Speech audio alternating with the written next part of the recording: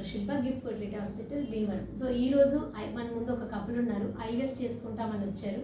కానీ వీళ్ళకి అందరికీ ఉండే డౌట్స్ ఉన్నాయి. సో వీళ్ళ డౌట్ ఏంటి, ఐవీఎఫ్ చేసుకుంటే బెడ్ రెస్ట్, అంతే కదండి? ఏంటి మీరు అడుగుతున్న డౌట్? అదే ఐవీఎఫ్ చేయించుకుంటే 3 నెలల దాకా బెడ్ రెస్ట్ తీసుకోవాలి, చిన్న గ్లాస్ కూడా లేకపోవద్దు అని అన్నట్టు. సో ఐవీఎఫ్ చేసుకుంటే 3 నెలలు బెడ్ రెస్ట్ ఉండాలి, అది ఓకే. చిన్న గ్లాస్ కూడా లేపకూడదని చెప్పారంట పక్కనింటోళ్ళ. సో పక్కనింటోళ్ళు చిన్న గ్లాస్ కూడా లేపకూడదని చెప్పారంట.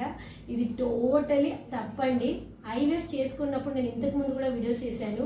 సో ఐవీఎఫ్ కానీ ఎన్ని పద్ధతి ఏదైనా కూడా కడుపులో గర్భసంచి లోపల బిడ్డ పెరుగుతున్నప్పుడు మూమెంట్ ఉండాలి తల్లికి. ఎందుకు మూమెంట్ ఉండాలంటే ఎప్పుడైతే మూవ్ అవుతుందో అప్పుడే బేబీకి గర్భసంచికి రక్త సరఫరా బాగా వెళ్ళి బేబీకి కూడా రక్త సరఫరా బాగా వెళ్ళి గ్రోత్ ఉంటుంది.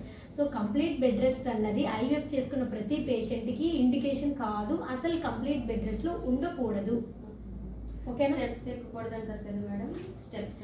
సో నెక్స్ట్ ఎక్సర్సైజ్ తిని అడుగుతుండేది ఎటువంటి ఎక్సర్సైజెస్ గురించి. సో ఆల్రెడీ మీకు అలవాటు ఉన్న పనులు చేసుకోండి. హెవీ ఎక్సర్సైజెస్, రోజుకి బట్టలు ఆరేయటానికని పైకి, బట్టలు తీసుకురావటానికి కిందికి, బకెట్లు మోసుకొని పైకి, ఇవన్నీ హెవీ ఎక్సర్సైజెస్ కింద వస్తాయండి.